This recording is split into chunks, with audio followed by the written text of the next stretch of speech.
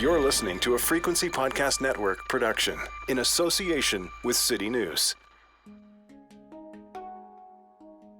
I don't think it's a secret that in dozens of First Nations communities around this country, conditions are grim. We have covered boil water orders on this program before. We've discussed how difficult it is for many First Nations to bring in doctors and other skilled professionals.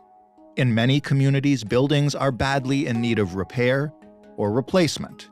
And then, of course, there's money, or rather the lack of it. But I am not sure Canadians understand, and I'm not sure because I didn't understand it myself, is how much of this stems from the lack of money, and for many First Nations, how much responsibility the federal government bears for that lack. You see, we need to discuss the default prevention and management policy, something most of us have probably never heard of. For decades, this policy was used to take away control of budgets and finances from First Nations leaders and put them in the hands of what are called default managers, appointed by the government to supposedly better manage a First Nation's finances. Of course, when you actually look at the data, as a massive investigation recently did, what you find is the opposite. What you find is that when you take control of a First Nation's finances over people in that community ends up worse off. You might imagine that would be an intuitive thing to assume. And yet, here we are. So how did we get here? And what comes next? I'm Jordan Heath Rawlings. This is The Big Story. Patty Sontag is an investigative journalist and a data journalist. She worked with a huge team on this project for the National Observer. Hello, Patty. Hi, thanks for having me. You're most welcome. Can you begin by telling us about Gull Bay First Nation? The project says that it's currently recovering. So recovering from what? What have they been through? Gull Bay is a small First Nation north of Thunder Bay. It has been through a series of difficulties. For example, starting in 2004, there was an assessment of the housing, and it found that about half of the 100 homes on reserve needed to be torn down. And the chief and council and residents had to come up with a series of solutions to replace the homes. It happened really gradually. And so they replaced them and started constructing new homes. So they found that about half the homes needed to be replaced. And now things are really looking up after, a long stretch of time with a number of the homes replaced and construction underway. There was a boil water advisory that officially started in 2009, but anecdotally appears to have started in 1999. A plant that was scheduled to open in 2002 didn't, and so people have been boiling their water ever since. So notice went out to the community in the spring, and people are drinking the water now, and the boil water advisory will be lifted officially pretty soon. And what's less well known is the court struggles that the First Nation went through in the early 2000s, fighting to retain the chief and council, fighting to see their financial records, and the First Nation was in debt. The Chief Wilfred King says the debt started at $2 million and ballooned to $11 million and is now over with. So this series of events is something that you wouldn't see in a non-Indigenous community. You mentioned that they were fighting to see their finances, and then you mentioned that they were $11 million in debt. If they can't see their finances, how did they end up $11 million in debt? We know that in the early 90s, Gull Bay First Nation had taken a loan from the Canada Mortgage and Housing Corporation, with Indigenous and Northern Affairs Canada backing the loan. And we also know from court documents, ISK and Chief King, that around 1995, Gull Bay was moved into the DPMP, and soon after that into third-party management. A general theme that turned up in many interviews is that First Nations are often reluctant or unable to charge rent, especially if residents were impoverished. And we also know that in the midst of legal struggles over a few different things, Indigenous Services Canada appointed a new third-party manager. Gull Bay and other First Nations and DPMP managers and the Auditor Generals all pointed out that under third-party managers, debts tended to increase. It was because, especially in the early 2000s, there were actual mechanisms in the policy that made it more difficult to pay down debt for the third-party managers. So all of these factors coincide. The time period coincides with observations about the worst failings of the policy during that time. It's little known in Canada that the federal government, federal officials have options for seizing control of a First Nations finances. And First Nations were under this policy from sometime in the 1990s at least until this very day right now. When that happened, not only did the First Nation lose control, sometimes access to their records, they were also forced to pay for these financial managers. So they had no supervisory ability. It didn't matter how poorly the manager was performing, how the person was qualified, whether they had qualifications. The First Nation had to pay for this person who was hired by, at the time, Indigenous and Northern Affairs Canada. Can you explain a little more about that? Like, what's this program called? How can the government just appoint someone to take over Indigenous finances? First Nations receive funds from the federal government under a series of transfers and grants. And so this is very different from a non-Indigenous First Nation because these transfers and grants are governed by very strict rules as if First Nations leaders, the chief and council, were federal employees. So a really good contrast is between a non-Indigenous and an Indigenous nation and how a disaster is handled. So I'm from Fernie, BC, and if there's a flood in Fernie and a bridge is washed out, the mayor of Fernie will look at the budget with the council and probably delay a project might be a good strategy. So if there's a new community center planned, delay the community center, devote those funds to building the bridge or rebuilding the bridge, and that'll be called fiscal prudence. In fact, it may gain the trust of the community, and the mayor and her council may be reelected on the basis of making good decisions. But in a First Nation, that same practice will be called mismanagement by the federal government. So if the First Nation has money to devote, has received money, a grant to build a community center, that money must be devoted to the community center exactly as proposed and on schedule. And so if money is devoted in a disaster from one source of funding to another budget, then it's labeled mismanagement. And the federal government has the option of placing the First Nation under this policy, which is called the Default Prevention and Management Policy. So this has had traumatic effects. People lost their jobs. People lost the trust of their communities. Chiefs and councils were voted out for following, in some cases, exactly the same practices as are standard and praiseworthy in non-Indigenous communities.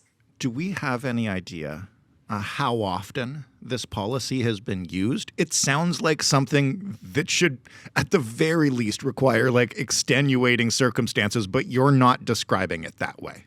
Well, there's a lot of regional variation. That's really clear in the data. So 90% of First Nations in Manitoba were administered under one of the forms of this policy. There were 3 forms, one of which involves no supervision, simply following a plan, and up to third-party management, which is where an outside manager has complete control of the finances. So in Manitoba, as I said, 90% of First Nations were under this policy. In some provinces, like BC, it could be as low as 14%. So that tells us that these were decisions by regional officials, and it depended on how regional offices approached First Nations. So tell me about your investigation then with the National Observer. What were you guys trying to discover about this policy? Well, across the political spectrum, your reaction is the same as what we've seen since this was published. There's sort of like a whoa moment. People seem to be able to agree that federal government reaching into communities' affairs, an extreme moment. So we looked at all First Nations administered under this policy between 2008 and 2016, as far as records were available. And we found that the conditions on reserve got worse, not better, after this policy was put in place. So people's homes went into disrepair, and boil water advisories were twice as likely.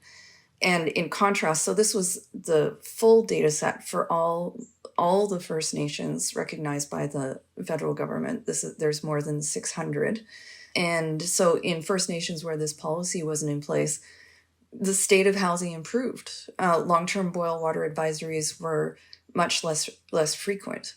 And it's really important for me to note here that the long-term boil water advisories followed the date on which the policy was imposed. What does that mean? Like the boil water advisories only showed up after the finances were taken over? Yes, exactly. So it tells us that, as the records from the time show, there were a series of very searing reports from the auditors generals and from within Indigenous and Northern Affairs Canada itself, talking about the failures of this policy. I've really never seen such blunt language. So the problems that showed up with this policy were myriad. So third-party managers couldn't pay down the debts in some cases if a First Nation was in debt. The third-party managers were not supervised by INAC, and First Nations didn't have the option of trying to supervise them. They were drawing, in some cases, high salaries, and the First Nation had no option but to pay it. The tendering process didn't follow federal rules. Indigenous and Northern Affairs Canada was ordered to, amend this issue. So there were a series of reports once the policy was formalized in 2001, pointing out all of the failures of this policy within government. It wasn't news to anybody. We found more than a dozen court cases in which First Nations challenged various aspects of this policy. There was a Senate committee hearing in 2017 where all of these issues were again surfaced. All of these problems came up over and over again, and we found 114 First Nations administered under the co-management or third-party management versions of this policy in between 2008 and 2016, which altogether represents, I don't even know how many people, but so many families affected.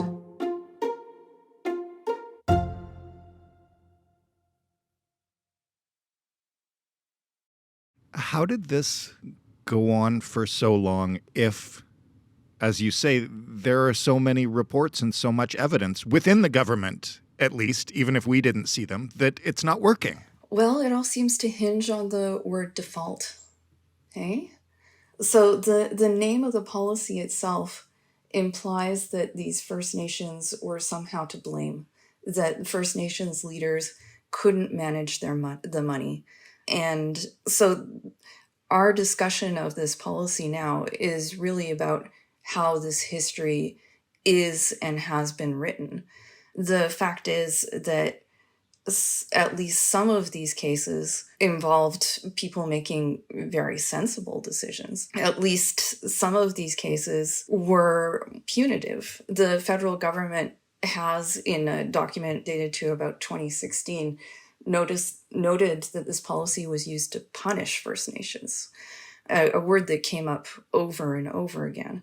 One of the observers called it a series of political hits. And it boils down to that essential relationship between Canada and First Nations, which has not been an equal one. It's a paternalistic one. And the idea that, hey, you can't manage this money, so I'm going to hold on to it, which we found going back as far as I found a mention of it in an 1840s Upper Canada document. It was at a time when Canada was starting to transition from payments in terms of hard goods like blankets and kettles to cash payments. And an official from Upper Canada was expressing reluctance to make cash payments with exactly this argument. So this has been around in one form or another, or at least the attitude behind it has been basically since colonization. 2017, you mentioned it kind of became clear to everybody in government just how awful this looked. What did they do about it? The government of Canada put in place a series of pilot projects in 2016 examining new approaches, what's called a new fiscal relationship. I think that happened in at least 6 First Nations, and a report is due this fall on how best to replace or update the policy, and the government of Canada has committed to replacing it. There's quite a few different solutions on the table. It's really important for everyone to remember that with 600 First Nations, each with its own traditions of governance, there is no one approach that's going to work here. The most important thing seems to be, which the Truth and Reconciliation Committee pointed everyone toward, was a nation-to-nation relationship rather than the paternalistic relationship that has been in place for all this time. So they've been planning to replace it or studying how to replace it since 2017. Meanwhile, you mentioned earlier that this is still being used in some First Nations. How many and what is it like now? Like, presumably they're still not making all these decisions. There's 93 First Nations under this policy today. Only one is in the most stringent form, the third-party management. The relationship, by some accounts, is quite different, with exceptions. 93 First Nations is 93 different experiences of this policy, and, the various personalities and people involved. So one of the issues that any small community faces is finding staff who are able to handle this very advanced financial work. In the 2017 committee hearings, it was said that even financial professionals with, lots of experience and very advanced credentials weren't able to administer First Nations finances because of the sheer complexity of dealing with all the different federal requirements. So one of the issues that has come up again and again is simply making sure that there are people available to provide the training and sometimes the services. So the letter of the law hasn't really changed, but the hope, I guess, is that in recent years, the spirit of the way it's executed has? Well, the roots of this policy are underfunding of First Nations. What Indigenous Services Canada said after looking at the analyses was the roots of this policy are in underfunding that goes back decades. If a First Nation didn't have sufficient funding, which by all accounts across the board for decades, the level of underfunding was at least 30% of all programming. 30% of any program you care to think about, from roads to water plants to, education, you name it. Historically, Canadian government has underfunded First Nations. And so when First Nations encountered a disaster like a fire or a flood, there was no option in many cases except to move funding from one program to another, which, as Indigenous Services Canada said, was how this happened during those decades for the most part. So Indigenous Services Canada didn't dispute the analysis. And so the data that we've gathered offers a good basis for beginning the discussion of how do we rethink how this was administered. So this is the last question that I want to ask you about, and I'm glad you mentioned the response from Indigenous Services Canada, because my question is, I guess, what comes next? It sounds like your reporting has kind of upped the urgency here, which is great. But I mean, technically, are we still just sitting here waiting for ISC to come up with something that will totally replace this policy, which they've been trying to do for 5 years, right? Well, there are some stars in financial management who are from First Nations backgrounds, and I spoke to person after person who had made it really big in financial management, like on a global scale, and then went back to the First Nation or to a nonprofit to start tackling these problems.